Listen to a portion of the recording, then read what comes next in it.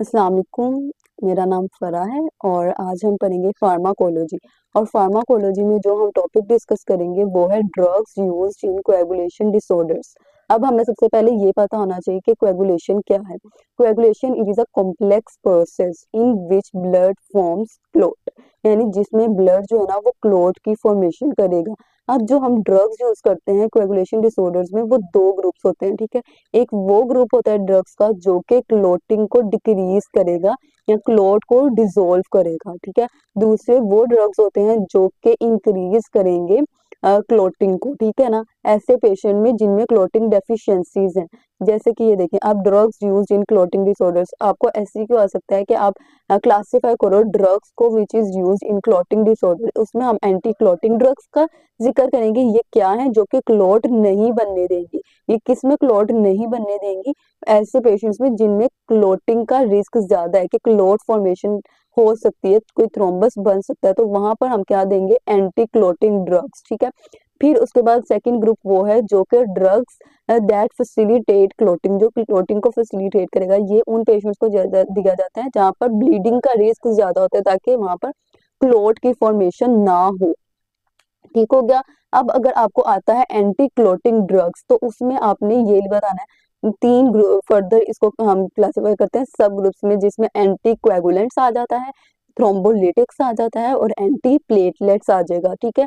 फिर उसके बाद जो है वो एंटी कोएगुलेंट्स में क्या आते हैं, इनको हम डिटेल से पढ़ेंगे। थ्रोम्बोलिटिक्स में क्या आते हैं, इनको हम डिटेल से पढ़ेंगे। और एंटी प्लेटलेट्स में क्या आते हैं, इनको हम डिटेल में पढ़ेंगे। अलग अलग जो है ना वीडियोस में इनको पढ़ेंगे स्टेप बाय स्टेप। अच्छा, सबसे पहले हम ना एक चीज देख लेते हैं कि कोई भी ब्लड वेसल की इंजरी हुई, ठीक है। अब इंजर्ड ब्लड वेसल से ब्लड के लॉस को कम करने के लिए या खत्म करने के लिए जो प्रोसेस होता है उसको हम हीमोस्टेसिस कहते हैं, ठीक है। The cessation of the blood loss from the injured vessels में, उसमें सबसे पहले क्या होगा? वेसल वेजोस्पैज्म, यानी वेसल कॉन्स्ट्रिक्ट करेगी। यानी कि अब जैसे कि लेट्स सपोज ये देखिए, ये वेसल इंजर्ड हुई, ठीक है ना। अब यहाँ पर हमें पता है कि एक ब्लड वेसल जो है वो लाइंड होती है by the endothelial cells, these are the endothelial sales.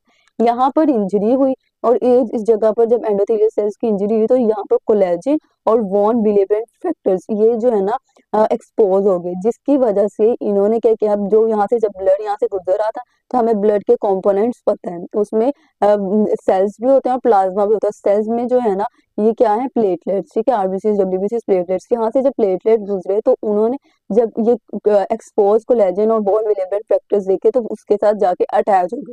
जब एक प्लेटलेट अटैच हुआ तो उधर उसमें से कुछ फैक्टर्स रिलीज हुए, जैसे कि थ्रोम्बोएक्सिन ए2 और एडीपी, उन्होंने जाके स्टिमुलेट किया मजीद वहां से गुजरने वाले प्लेटलेट्स को। और यहाँ पर एक क्या हो गया? एग्रीगेशन बन गया प्लेटलेट्स का। और ये प्लेटलेट्स एक दूसरे से कैसे जुड़े? बाय द फिब्रिन, ठीक है, फिब्रिनोजिन यहाँ, और इसका फिब्रिन का एक नेटवर्क बन गया, जिसकी वजह से यहाँ पर एक कोएगुलेशन होगी, क्लॉट फॉर्मेशन होगी, ठीक है। अभी यहीं पर इसके स्टेप्स को, स्टेजेस को लिखा हुआ है कि स्टेजेस ऑफ द हीमोस्टेसिस क्या है। सबसे पहले वेजोस्पैज्म, फिर प्लेटलेट एडहियन, जिसकी वजह से क्या हुआ कि एडहियर्स फैक्टर्स रिलीज हुए, जिस प्लेटलेट पहले एडहियर हुआ, फिर उसके बाद मजीद जो है ना वो प्लेटलेट्स वहां पर आए और एक एग्रीगेट बन गया।